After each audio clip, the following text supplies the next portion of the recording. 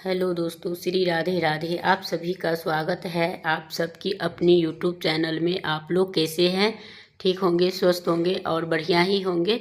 तो चलिए, हम आप सभी को बताए थे कि जब नवरात्रि पास आ जाएंगे तो हम आप सभी को शुभ मुहूर्त बताएंगे। तो इसमें अब आपको कलश स्थापना का शुभ मुहूर्त भी रहेंगे और बिना कलश रखे ही पूजा कैसे करेंगे, नवरात्रि से पहले दिन जरूर ध्यान रखें और नवरात्रि के दौरान क्या करें क्या नहीं करें, है ना। चैत नवरात्रि कब से कब तक है ये तो हमने बता रखी हूँ और इनके बाद उपाय भी बहुत सारे ऐसी मैं बता रखी हूँ। और जो ये चीज़ें हैं जो शुभ मुहूर्त है और बिना कलश रखे कैसे करें और नवरात्रि के पहले दिन से क्या चीज़ का ध्यान रखना है, तो ये चीज़ों के बारे में हमें बात करनी है। तो चलिए, आप लोग वीडियो को ध्यान से देखिए और वीडियो कहीं से भी बढ़िया लगी तो वीडियो को लाइक करिए, चैनल को सब्सक्राइब करिए और ऐसे ही अच्छे अच्छे वीडियो देखने के लिए आप सब कमेंट करते रहिए। और आप लोग अगर कमेंट करते हैं तो उनका रिप्लाई ज़रूर करेंगे। जिनके पास जो सवाल होंगे उनका जवाब ज़रूर मिलेगा, तो आप लोग ज़रूर से करिएगा। तो चलिए, वीडियो को लास्ट तक देखते हैं और बने रहिएगा, ठीक है। तो जो अगर पूरे वीडियो देखेंगे उन्हीं को समझ में आएंगे और जो मतलब स्किप करके देखेंगे फिर तो समझ नहीं पाएंगे और फिर से कमेंट करोगे कि हम तो समझे नहीं, तो हम कब बताएंगे शुभ मुहूर्त, तो वो पता नहीं। तो आप लोग वीडियो को लास्ट तक ज़रूर देखिए, जहाँ हम बताएंगे वहाँ से आप लोग उस समय कलश बैठा लीजिएगा और कलश में कैसे रखना है और क्या करना है तो वो सारे कुछ बताऊंगी। तो वीडियो को लास्ट तक के देखते रहिए।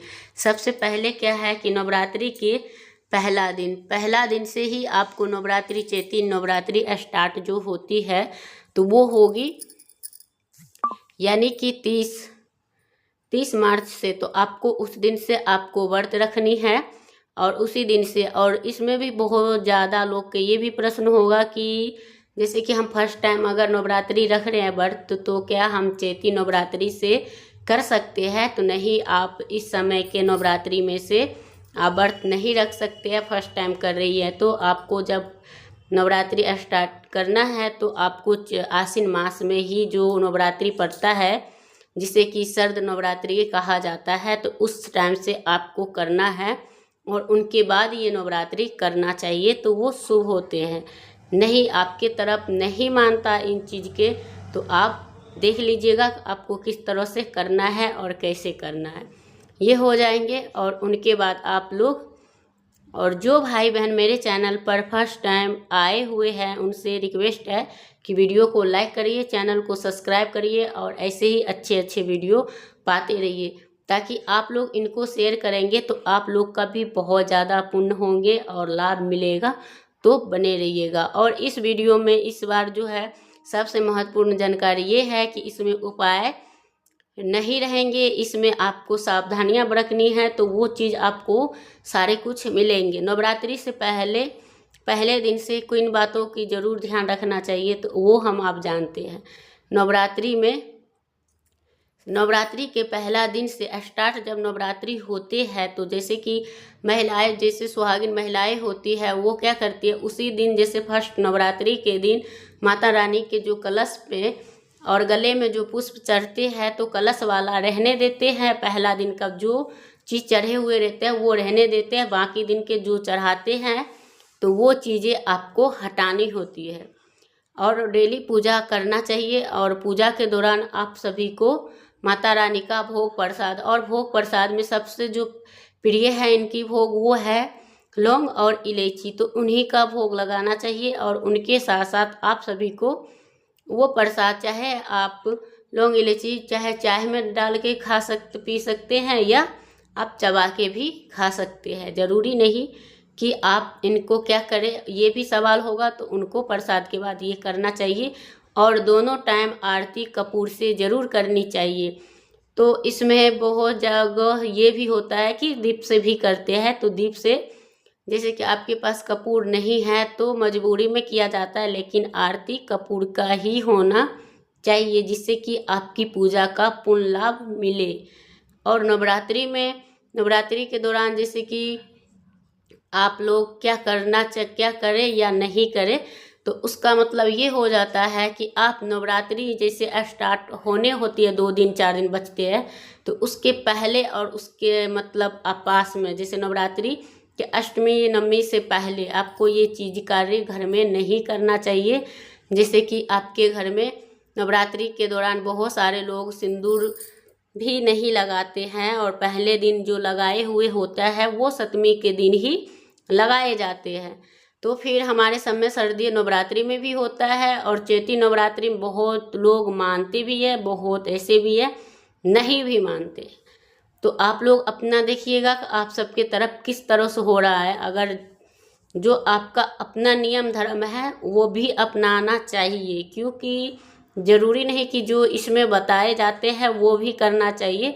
लेकिन हाँ, उस दौरान आप जैसे शेविंग, दाढ़ी, थ्रेडिंग ये सब जो कटवाते हैं, ये चीज़ें करना अनिवार्य नहीं है और नहीं करना चाहिए। जिससे कि अगर बहुत सारे लोग उस दौरान कोई जैसे सात्विक भोजन लेते हैं, कोई तामसिक भोजन लेते हैं, तो इन चीज़ों का भी उसमें न मतलब परहेज करना चाहिए और उन चीज़ के घर में नहीं आने देना चाहिए। चाहे वो मसूर का दाल हो, चाहे कटहल की सब्जी हो, चाहे मशरूम की हो, चाहे गाजर मूली जो भी हो, ये चीज़ें भी सेवन नहीं करनी चाहिए। ये चीज़ की भी वीडियो हमने कई डाल रखी हो, तो इससे भी आप लोग देख सकते हैं और सावधान हो सकते हैं। ये हो गया। और नवरात्रि में जैसे अष्टमी नवमी से पहले आपको पुआ, पूरी, हलवा ये सब आप नहीं बना सकते और नहीं खा सकते हैं। क्यों? क्योंकि जब तक माता रानी के जब कन्या पूजन नहीं होती तब तक ये चीज़ें यानी कि परहेज किया जाता है, जिससे कि आपको ही घर में धन धान्य की कमी नहीं होगी। और जो लोग नहीं करते हैं तो वो अपमान माना जाता है और उनके घर में वही दरिद्रता की निवास होने लगती है। तो इन चीज़ को फॉलो करना चाहिए, जो कि आप लोग जानते हैं। जो शिव पंचायत में जो पंचदेव होते हैं उन्हीं में से एक माता रानी भी है, और ये सबसे ज़्यादा शक्तिशाली है। तो इनमें से इनकी भी पूजा उतने ही वैभव से किया जाता है, और इनका करने का शक्ति और सामर्थ्य जैसे कि आपकी शरीर में इतनी श्रद्धा शक्ति है कि आप 9 दिन के 9 दिन व्रत रखते हैं, तो व्रत पूरा 9 दिन करना चाहिए। और जैसे कि 10वीं तिथि जिस दिन पड़ते हैं उसी दिन को व्रत खोलना चाहिए। ये नहीं कि आपको नवमी के दिन ही अगर 10वीं तिथि चढ़ गया हो तो आप उसी दिन नवमी के दिन ही खोल ले, ऐसा नहीं होता है दोस्तों। उनका व्रत का पारण जो होती है अगले दिन होते हैं, जैसे कि सुबह का टाइम। और वो भी हम चौकी हटाने का और पारण का भी वीडियो लाएंगे, लेकिन अभी नहीं लाई हूँ। तो अभी हम आप सभी को आप बिना कलश रखे पूजा कैसे करें। सबसे खास बात ये है कि अगर आपका जैसे श्रद्धा भक्ति है पर आपको ये पॉसिबल नहीं है, जैसे कि आप वर्किंग हैं और आपके पास समय नहीं है और आप पूजा कैसे कर सकते हैं, तो आपको कुछ हो या ना हो आप अपनी मंदिर के सफाई कर लीजिएगा। सफाई करने के बाद माता रानी का तस्वीर है तो बहुत अच्छी बात है, नहीं है तो ले आइएगा। और कुछ कलश भी अगर नहीं ज्वार उगा सकते तो आप सिंपल सा श्री कलश भी रख सकते हैं। और मतलब जब कलश रखा जाता है तो अखंड ज्योत भी जलते हैं और बिना अखंड ज्योत भी जलते हैं। तो अगर आपके घर में कोई नहीं है तो आप ऐसे ज्योत जला के रखिए। अगर आपके घर में सभी कोई रहते हैं, अगर आप नहीं रहती है तो उनको बोलिए कि ध्यान रखें और अखंड ज्योत जलाइए। नहीं है तो फिर आप नहीं जलाएंगे और अपना मतलब अपना काम को भी देखेंगे और पूजा भी करेंगे। तो वही चीज़ आपको फॉलो करना चाहिए। और माता रानी के जो है, अगर आपके पास इतनी भी सामर्थ्य नहीं है कि हम कोई तरह के भोग लगाए, तो आप कोई बात नहीं, आप मिश्री या बतासा जो भी चाहे लच्छे वाले भी हो तो आप इन चीज़ का भी भोग लगा सकते हैं। लेकिन हर एक भोग के अंदर कटोरी में लौंग और इलायची देना मत भूलिएगा। जब आप और जो लोग माता रानी के 9 दिन तक झाँक देते हैं तो उनको कैसे देना चाहिए और किस तरीके से देना चाहिए, तो उसमें लोटे में पहले गंगा जल फिर जल भरिएगा और उनके बाद 1 लौंग 1 इलायची और थोड़ा सा गुड़ डाल के फिर उनको जो 9 होता है या 7 माता होते हैं तो उनको जल चढ़ानी चाहिए 9 के 9 दिन। अगर आपके आसपास में मंदिर नहीं है तो नहीं करेंगे तो कोई बात नहीं। अगर आपके आसपास मंदिर है तो गांव में, जैसे कि किसी के घर के आसपास होता, गांव में क्या शहर में भी, तो वो लोग डेली जाते हैं। और नहीं रहते हैं तो फिर उन चीज़ का वो लोग वहाँ से मतलब करने के लिए सोचते भी नहीं है। तो उससे भी कोई वो नहीं है कि नहीं है तो भी करना चाहिए। अगर बहुत दूर में हो तो नहीं करना है तो कोई बात नहीं, और माता रानी से क्षमा मांग के जितना चीज़ आपसे पॉसिबल हो उतना ही करना चाहिए, और जो नहीं हो तो उनको छोड़ देना चाहिए। और उनके बाद आपको पूजा पाठ करना है। और आरती, जैसे आप सुबह में पूजा करके चले जाएंगे फिर भी आरती जरूर करना चाहिए। और माता रानी के जो सप्तशती दुर्गा पाठ होती है वो भी पढ़ना चाहिए, करना चाहिए। और जो महिलाएं वर्किंग है और उनको पास समय नहीं है तो वो अपना, जैसे कि माता रानी की चालीसा भी आती है, वो संध्या काल में कर सकती है। सुबह के चली जाएगी तो कोई बात नहीं, लेकिन संध्या काल में जरूर से करे, क्योंकि माता रानी के पाठ पढ़ने से ही आपका जो व्रत का पुण्य लाभ होता है वहीं से मिलते हैं। और माता रानी तो सब कुछ जानते ही है, क्योंकि हम सब उनके बालक हैं और बच्चे हैं, तो वो तो खूब समझती हैं। तो जैसे भी करना है तो वो करिएगा। जैसे देवता लोग होते हैं तो उनमें कोई, जैसे कि हमसे गलती होता तो वो इतना मतलब माफ़ नहीं किया जाता है, और इन चीज़ में माता रानी आपको ज़रूर क्षमा करेंगे। तो चलिए दोस्तों, आप सभी को अब हम बताने जा रहे हैं जो है वो आपकी पूजा का, कलश स्थापना का शुभ मुहूर्त है ना। तो उस शुभ मुहूर्त में किस समय आपको बैठाना चाहिए और किस समय करना चाहिए तो ये हम जानेंगे। तो चलिए वीडियो को लास्ट तक देखते रहिए, और वीडियो कहीं से भी बढ़िया लगी तो लाइक करिए। तो वो है 30 मार्च सुबह 6:14 से लेके 10:22 तक। अगर आपके पास सुबह में समय नहीं मिले तो फिर क्या करना चाहिए, 12 बजे से लेके 12:50 तक के आपको कलश बैठा लेना चाहिए उसी शुभ मुहूर्त में।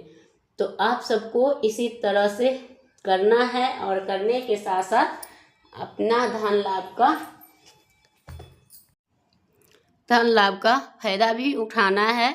तो यही आप सभी लोग करिएगा। और उनके बाद आपको जो है, जो कन्या पूजन होते हैं, तो आप लोग कन्या पूजन के समय, जैसे कि अष्टमी का व्रत कब पड़ रहेगी, तो अष्टमी का व्रत शनिवार को पढ़ेंगे, जो कि 5 अप्रैल का ही होगा। तो आप लोग उस दिन आप अष्टमी का व्रत रख सकते हैं। और उस दिन जो है, जैसे कि नवरात्रि स्टार्टिंग होती है तो उसमें जो वहावर लगाए जाते हैं पैर में, वो सब भी अष्टमी सप्तमी के दिन सिंदूर सब लगाए जाते हैं। तो उस दिन से आप लोग लगा सकते हैं। बहुत सारे लोग सप्तमी को भी कन्या भोजन कराते हैं, बहुत सारे लोग अष्टमी को भी कराते हैं, लेकिन अष्टमी नवमी सबसे ज़्यादातर कराते हैं। तो आप लोग देख लीजिएगा। और जब कन्या का आप भोजन करवाने के लिए सामग्री लाएंगे तो उनके भी वीडियो हमने डाली हुई हूँ, और इसमें भी फिर भी बता देती हूँ, और आने वाला समय में भी ज़रूर बताऊंगी। तो आप लोग को उस समय जो कन्या का जो बाहरी जैसे खाना पीना होता है वो चीज़ ना दीजिए, और अपने घर से बना के स्वयं ले जाए। उससे ज़्यादा धन में बढ़ोतरी होती है और बरकत होती है। और आपके जो किचन में अन्नपूर्णा माता का जो भंडार होता है वो हमेशा के लिए भरा पूरा हुआ होता है। तो आपको अपने घर से चाहे खीर पूरी बना के ले जाइए, चाहे हलवा पूरी बना के ले जाइए, मीठा चना बना के ले जाइए। तो जो कार्य है वो आप स्वयं कर सकते हैं। तो यही सब है दोस्तों। तो आप लोग उस दिन वो भी करिए। और कन्या का जब आप लोग पैसा ना दे के और उनको कोई वस्त्र या कोई तरह की ऐसे सामान दे दे जिनसे कि कन्या का खुश करके विदा करके भेजे। जब कन्या आए तो अपने घर में जल और गंगा जल मिश्रित जल से उनका पैर का स्पर्श करके उनका चरण धोए, और चरण धोने के बाद जो अपने घर के छत होते हैं उन पर उन जल को छिड़क दे। तो इससे क्या होता है, हमारे घर में जितने सारे नकारात्मक होते हैं वो बाहर चले जाते हैं और माता रानी की निवास हो जाते हैं, और हमारे घर में माता रानी प्रवेश कर जाते हैं, और हमें कभी भी जिंदगी में धन धान्य की कमी नहीं होने देती है। तो इन चीज़ का भी फॉलो करिएगा। और कन्या 9 ही खिलाए जाते हैं, 11-9 इस तरह से। तो चलिए वीडियो करूँगी यहीं पे एंड, फिर मिलूँगी एक नया वीडियो के साथ। तब तक के लिए श्री राधे राधे।